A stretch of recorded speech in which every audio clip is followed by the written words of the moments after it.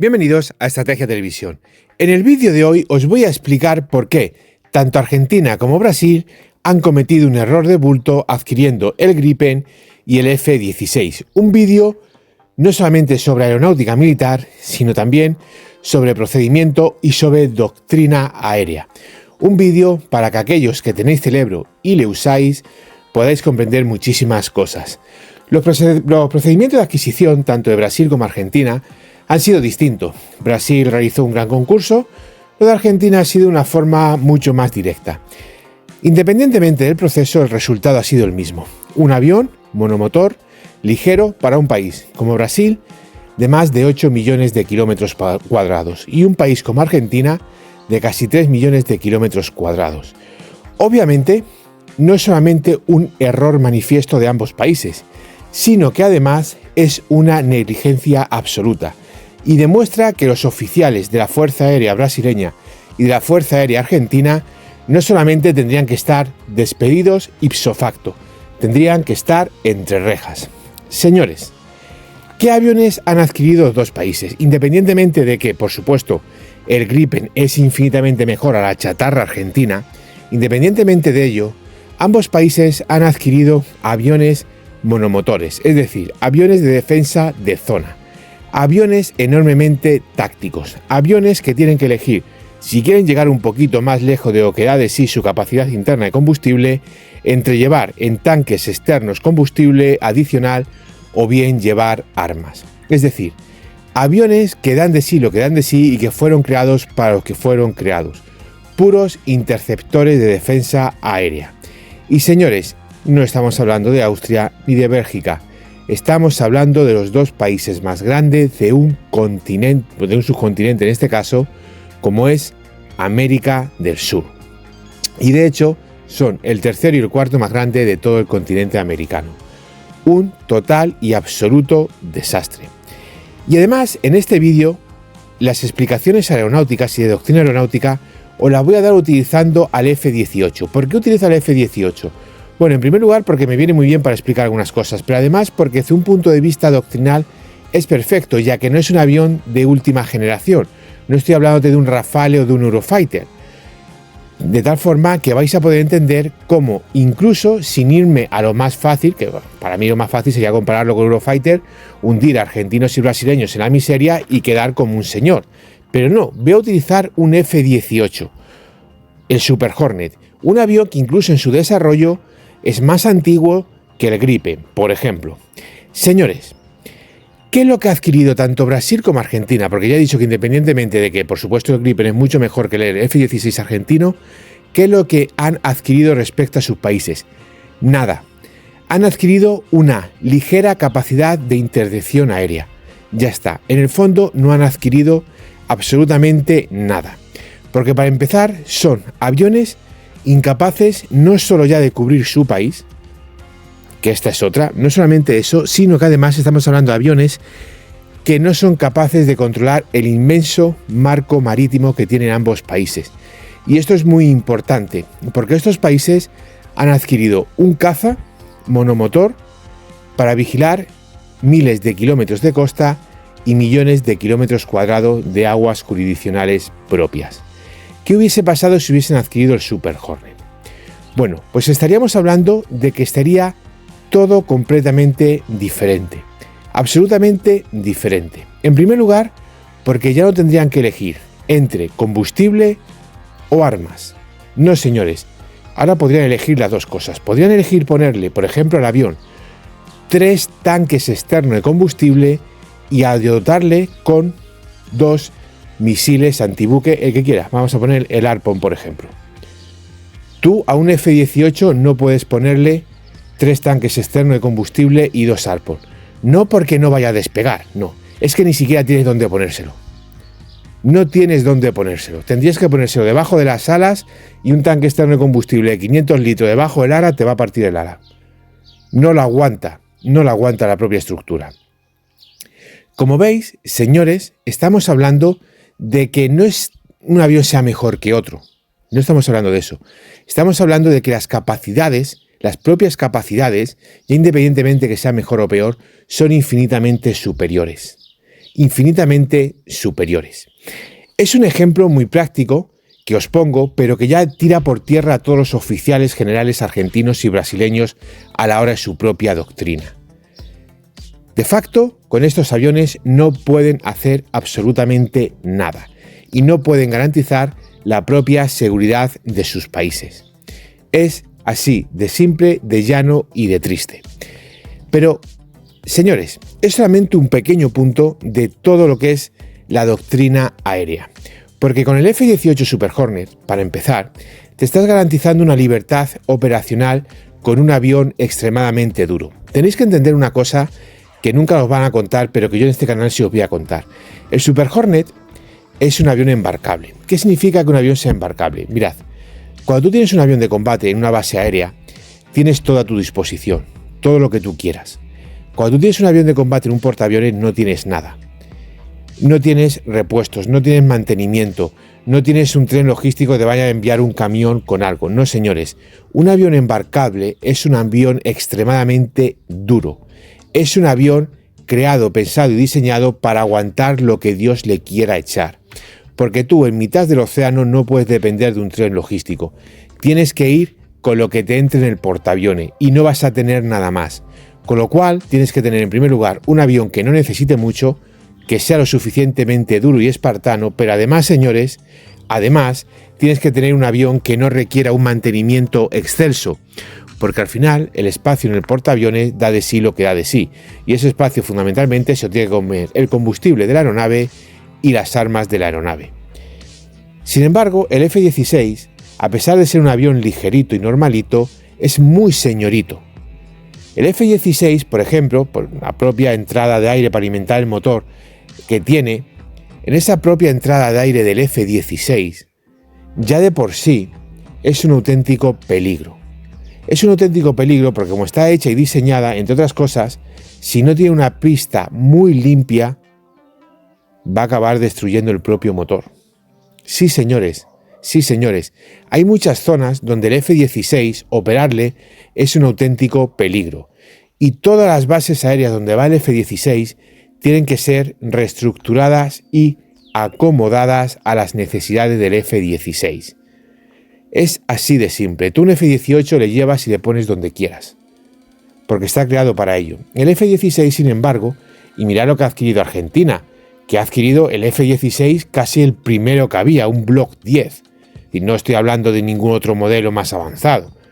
Ni con esas, Argentina lo primero que ha tenido que hacer es adecuar sus bases en pleno siglo XXI a un avión que volaba cuando, bueno, no sé si había ganado todavía Maradona un mundial y ya estaba volando ese avión. Y aún así, para un avión tan viejo y tan caduco, ha tenido que gastarse millones y millones de euros para adecuar las bases. Y empezando por las propias pistas de despegue. La primera en la frente. Pero claro, tenéis que tener también presente otra cosa. ¿Qué pasa con el F-16 y con el Gripen? Aunque hay una diferencia numérica, al final Brasil está hablando que inicialmente no va a comprar ni 40 aviones. Luego en el futuro puede comprar lo que quiera. Yo también voy a escribir mi carta a los Reyes Magos para el futuro. La realidad es que el contrato son 24 F-16 y ni 40 Gripen. No le da para cubrir Minas Gerais. Minas Gerais es un estado de Brasil muy grande. Pues con el Gripen no te da ni para cubrir Minas Gerais. Y a los argentinos con el F-16 le da para cubrir la provincia de Buenos Aires y te puedes dar con un canto los dientes. ¿Qué pasa con el resto del país? El resto del país está simple y llanamente indefendible. Con lo cual, si tú tienes que dar una respuesta, la realidad es que no van a llegar tus aviones ni vas a poder cubrir tu país. No, señores, es que ni siquiera tienes capacidad para cubrir una parte de tu país. Apenas te da para controlar un par de estados, un par de regiones de las que tú administrativamente, divides tu país. Sin embargo, con un F-18 ya de por sí tiene un alcance bestial. Es un cazabombardero. Y además el F-18, por su propia construcción, cuando se diseñó y se evolucionó del Hornet, se hizo también para que sustituyese al Tomcat. El Tomcat era el avión que usaba la flota de Estados Unidos para protegerse a sí misma. Es decir, el Tomcat era un caza de largo alcance. y esa era su función, interceptar cualquier, sobre todo bombardero soviético que se pudiese acercar a cualquier flota de Estados Unidos. En este aspecto el Super Hornet también adquirió ese papel en mayor o menor medida y por lo tanto el Super Hornet tiene un alcance muy superior. De hecho, si hacemos un paralelismo, por ejemplo, entre el F-16, el Gripen y el Super Hornet, y en ese paralelismo utilizamos los dos factores que nos interesan para la doctrina aérea, que son la capacidad de llevar armas del avión y el alcance del mismo, estamos hablando que tanto con el Gripen como con el Super Hornet la combinación de armas junto con el alcance es más del doble en ambos casos. Más alcance con más capacidad de carga. Pero además, desde un punto de vista estratégico, de lo que importa, que son básicamente los misiles de crucero y los misiles antibuque, es decir, la capacidad de atacar más allá y de enfrentar a objetivos realmente importantes, tanto en un ataque aéreo sobre objetivos terrestres de primer orden como en un ataque sobre una flota enemiga, aquí todavía la diferencia es más sangrante, porque en estos aviones, con el F-16 y con el Gripen, tienes que elegir o alcance o carga. No vas a tener las dos cosas. Y como necesitas sistemas pesados, muy pesados, como son los misiles de crucero, como son los misiles antibuque, vas a tener que utilizar sí o sí la carga, con lo cual el alcance lo estás sacrificando enormemente. Os pongo un ejemplo operativo. Un F-16 tiene un radio de combate con 2 tanques externos de combustible de 500 kilómetros. El F-16 no le da para llegar a las Islas Malvinas y echar media horita sobre las Islas Malvinas. Sin embargo, sus aviones bimotor Eurofighters tienen, sin necesidad de tanque externo de combustible, el suficiente alcance para llegar a territorio continental argentino y bombardearlo, sin tener que poner depósitos externos de combustible. Si pone depósitos externos de combustible a sus Eurofighters el Reino Unido, puede dominar toda la Patagonia argentina y poder atacar indiscriminadamente ciudades como Rivadavia o como Río Gallegos, por ejemplo, y hacer patrullas de hasta 3 horas sobre estas ciudades. Un dominio total y absoluto. Sin embargo, los F-16 argentinos de Zetandil no llegan a Río Gallego. No llegan. Es la triste realidad.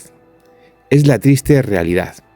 Y además, como os prometí un vídeo de doctrina aérea, quiero también que sepáis otra cosa respecto a la doctrina aérea. Los tanques externos de combustible, que están muy bien para aumentar el alcance de un avión, tienen una limitación aerodinámica muy grande. Si alguna vez podéis hablar con un piloto, se lo preguntáis.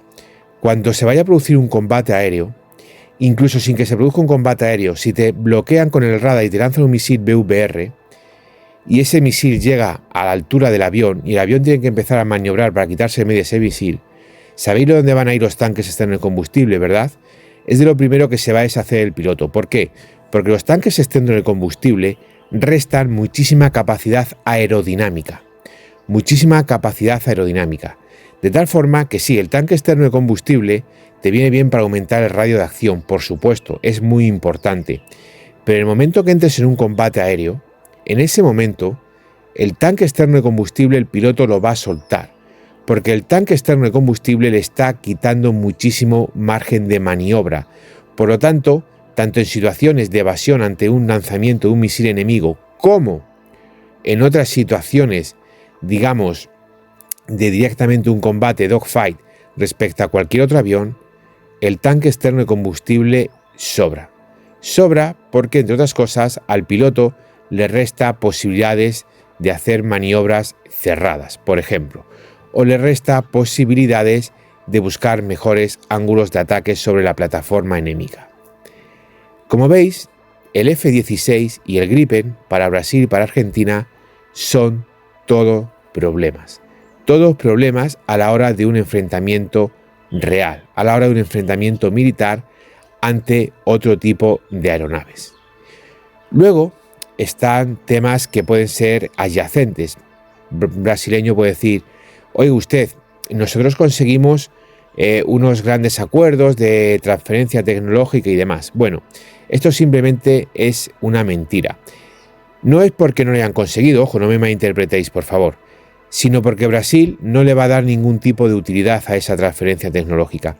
El único sentido de el Gripen como transferencia tecnológica es que Brasil desarrollase por sus propios medios un avión más avanzado que el Gripen. Si no, lo que le ha dado se perderá por el simple paso del tiempo. Porque si tú no desarrollas algo, tarde o temprano lo vas a perder. La única forma de mantener algo es que tú lo pongas en activo. Si tú, por ejemplo, haces un curso de lo que sea, de mecánica, y no entras a trabajar como mecánico, cuando hayan pasado 20 años, no es que ya no te vayas a acordar de la mitad de las cosas, es que simplemente la mecánica en esos 20 años ha evolucionado y aunque tú te acordases de todo, a la hora de arreglar un coche te ibas a encontrar con 20.000 cosas diferentes.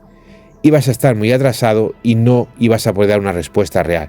Y aquí pasa lo mismo, si tú adquieres el Gripen, pasan 20, pasan 30 años y tú esos conocimientos aeronáuticos no los has puesto en práctica, se van a la basura. Aunque los sigas manteniendo, se van a la basura, porque en esos 30 años los conceptos aeronáuticos han evolucionado y tú te has quedado atrasado, no lo has puesto en práctica y por lo tanto es como si ahora mismo pues España y Portugal se pusiesen a fabricar galeones para sus armadas.